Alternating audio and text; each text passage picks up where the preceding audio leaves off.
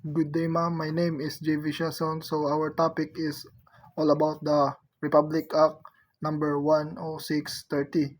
So in the section 1, they said that the title of Republic Act number 9344 is hereby amended to read as follows: an act establishing a comprehensive juvenile justice and welfare system, creating the Juvenile Justice and Welfare Council under the Department of Social Welfare and Development, appropriating funds thereof and for other purposes.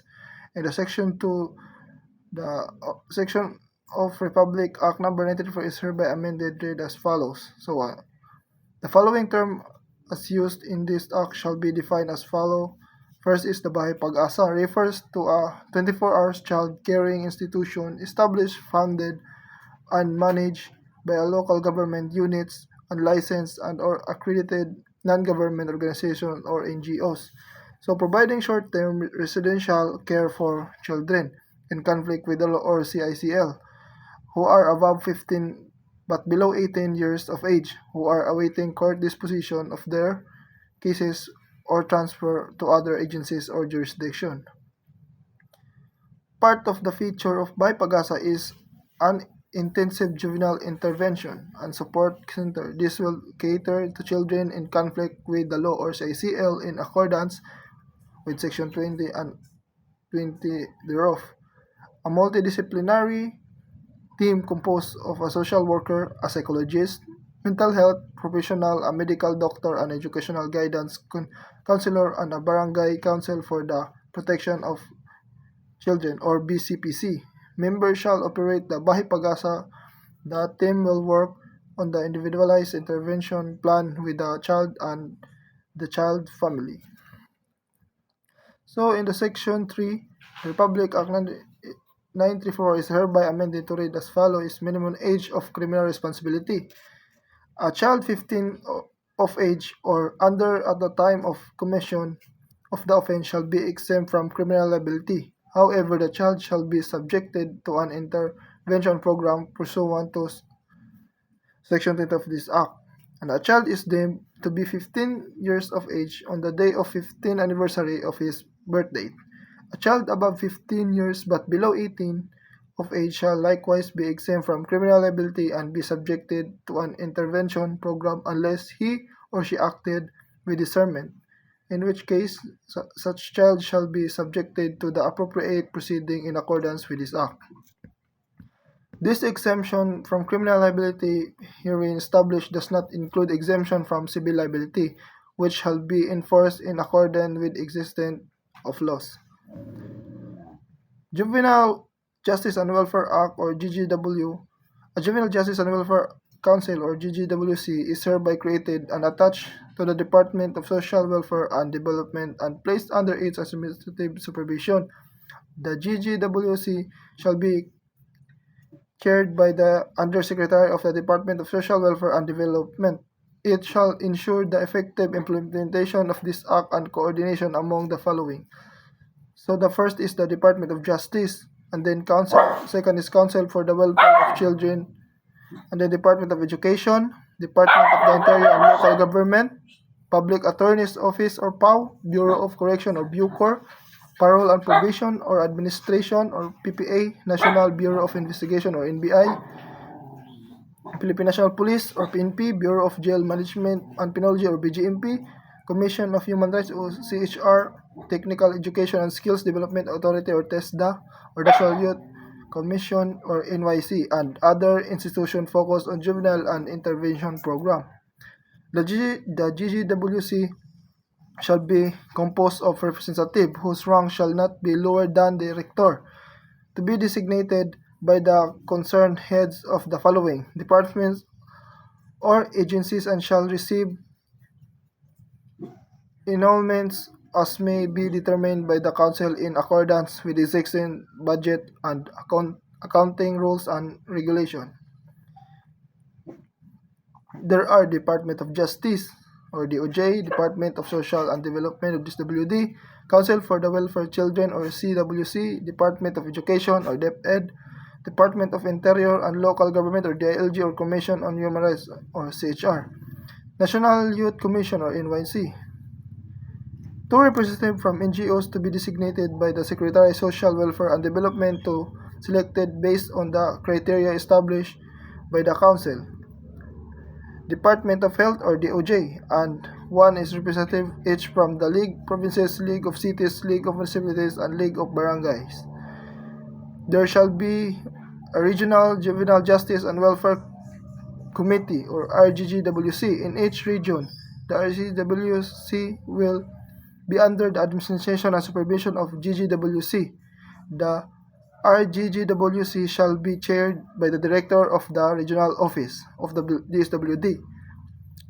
It shall ensure the effective implementation of this Act at the regional and LGUs level and the coordination among its member agencies. The RGGWC will be composed of permanent and representative who shall be ranked not lower than an assistant regional director or its equivalent to be designated by the concerned department heads from the following agencies and shall receive emoluments as may determine the Council in accordance with the 16th Budget and Accounting Rules and Regulation. The Department of Justice, Department of Social Welfare Development, DSWD, DepEd, DILG, CHR, or DOH. Two representatives from NGOs operating within this region selected by the RGGWC based on the criteria established by the GGWC. One is the secretarial representative from the children or youth sector with the region and representative from the League of Provinces, Cities, Municipalities, Barangays, and the Philippines. And Section 5. Duties and function of GGWC. The GGWC shall have the following duties and function.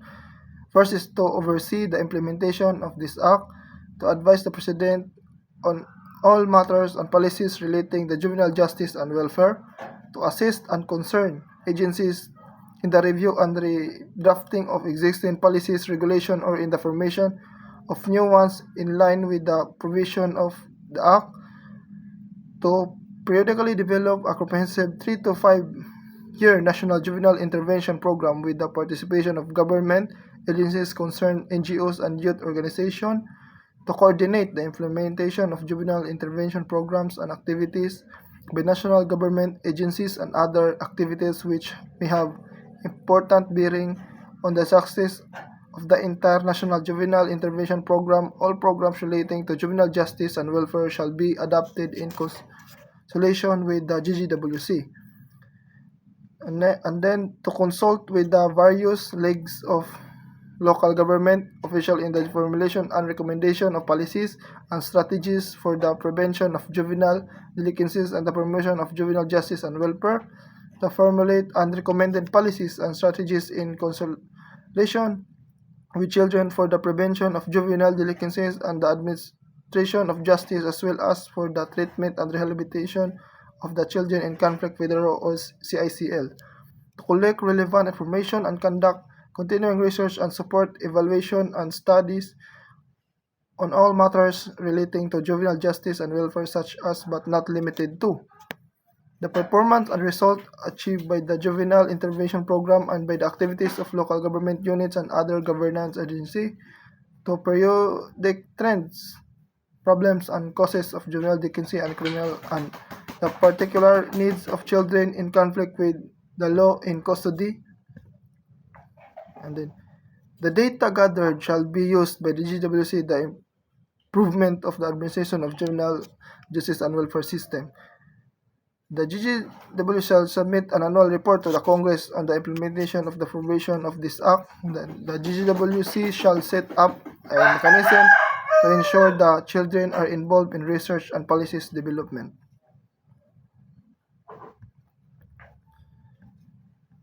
Section 6 is children belong the criminal of responsibility if it has been determined that the child taken into the custody is 15 years old or below.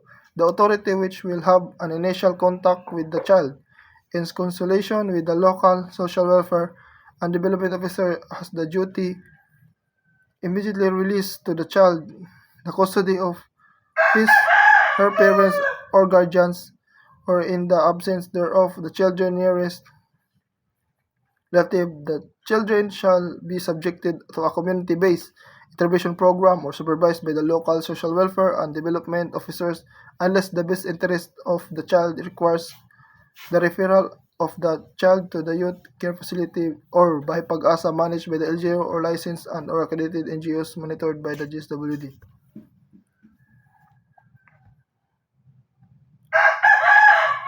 Serious crimes committed by children who are exempt from criminal responsibility.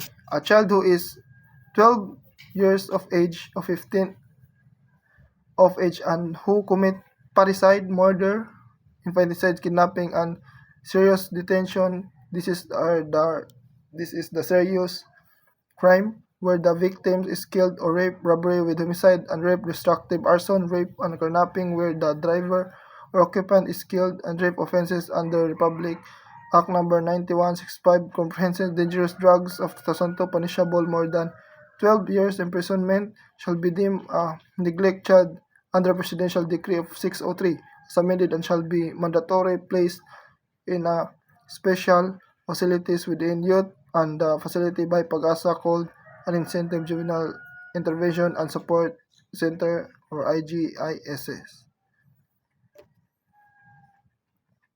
And then, repetition of offenses.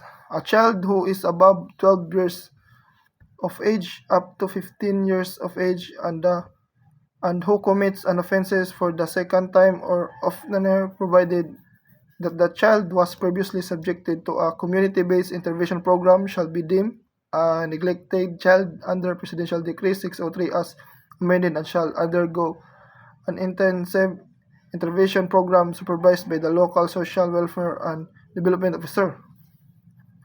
Provided further that if the best interest of the child requires that he or she be placed in a youth care facility or by Pag-asa, the child parents or guardians shall execute a written authorization for the voluntary commitment of the child.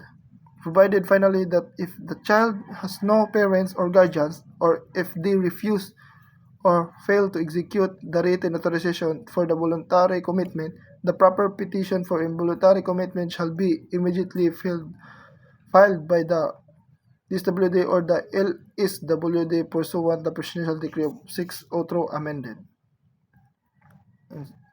Exploitation of children for commission of crimes. Any person who in the commission of a crime makes use, take advantage of, or profits from the use of children, including any person who abuses his or her authority over child with the abuse confidence, take advantage the vulnerability of the child and shall induce, threaten or instigate the commission of the crime shall be imposed the penalty prescribed by the law for the crime committed and its maximum period.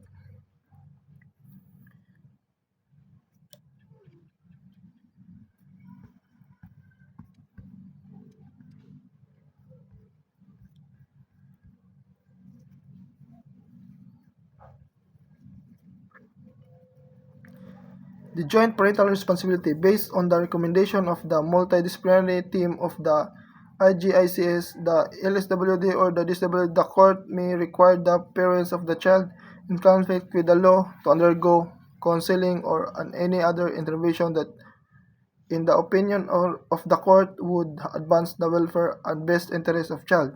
As used in this act, parents shall mean any of the following. First is biological parents of the child or adopted parents of the child or individual who have custody of the child.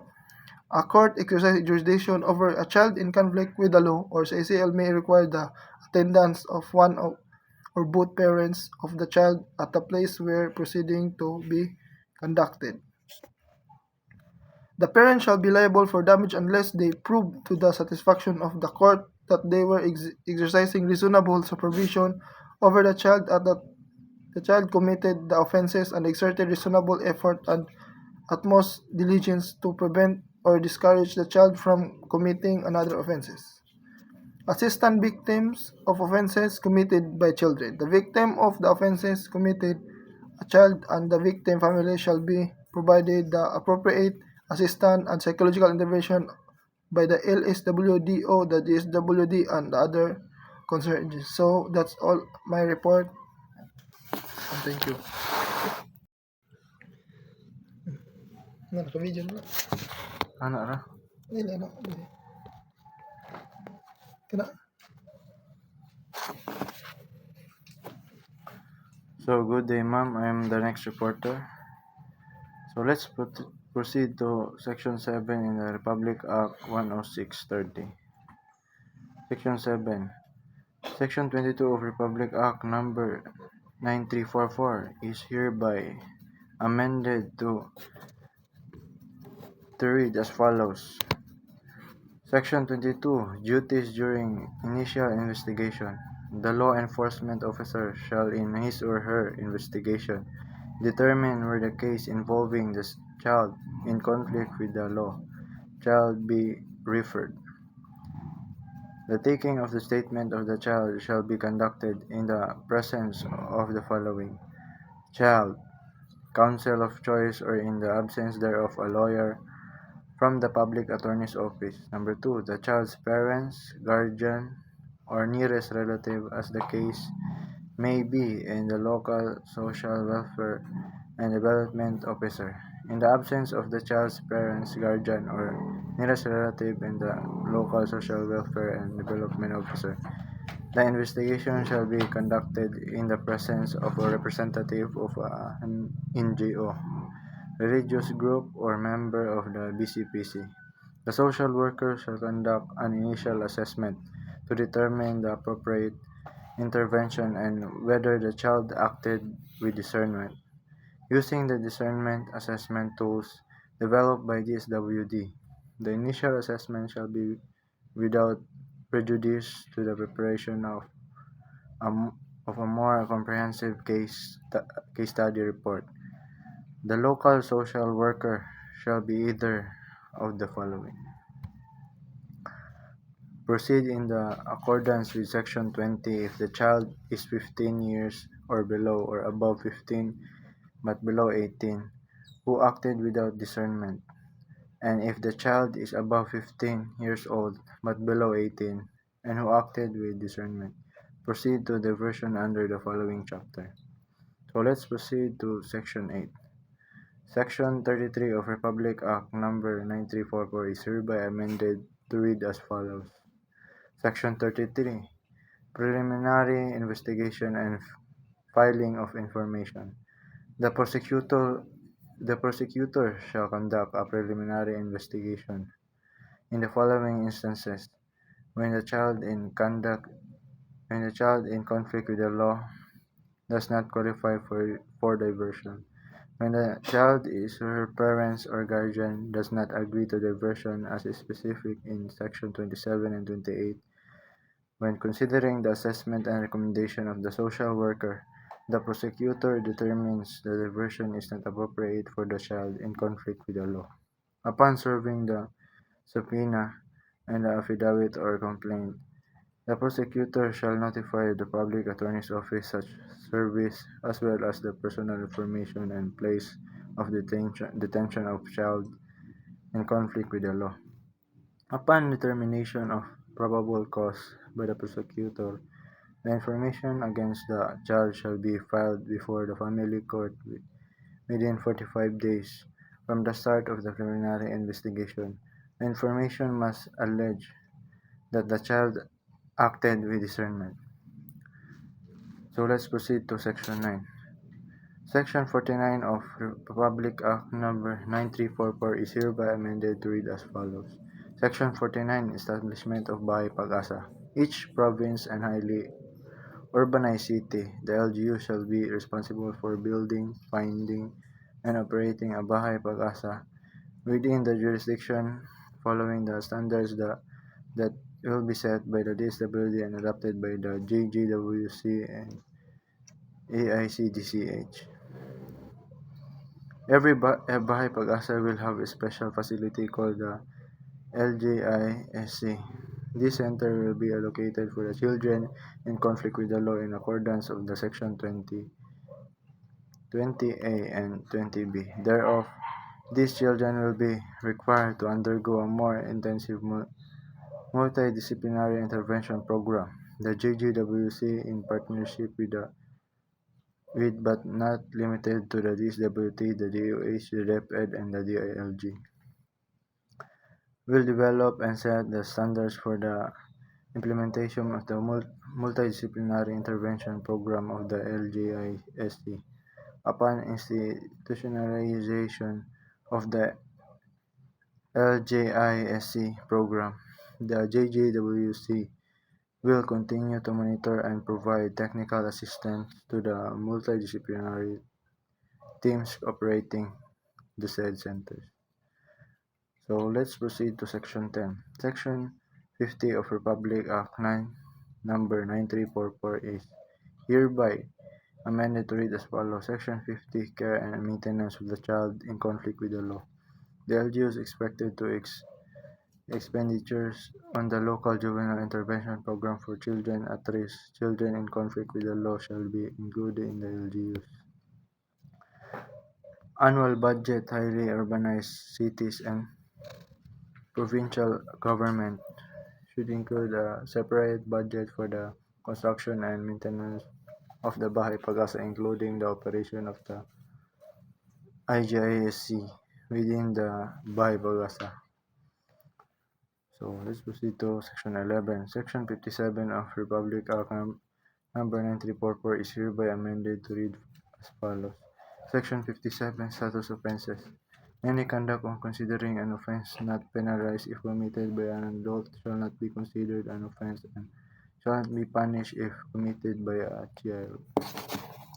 Section 57, a violation of local ordinances. Ordinances enacted by local governments concerning juvenile status offenses such as but not limited to curfew violations, truancy, parental disobedience, anti-smoking and anti-drinking laws, as well as light disorderly conduct, public scandal, harassment, drunkenness, public intoxication, criminal nuisance, vandalism, gambling, mendicancy, littering, public urination, and trespassing shall for the protection of the children. No penalty shall be imposed on any barangay official of the barangay hall to be released to the custody of their parents.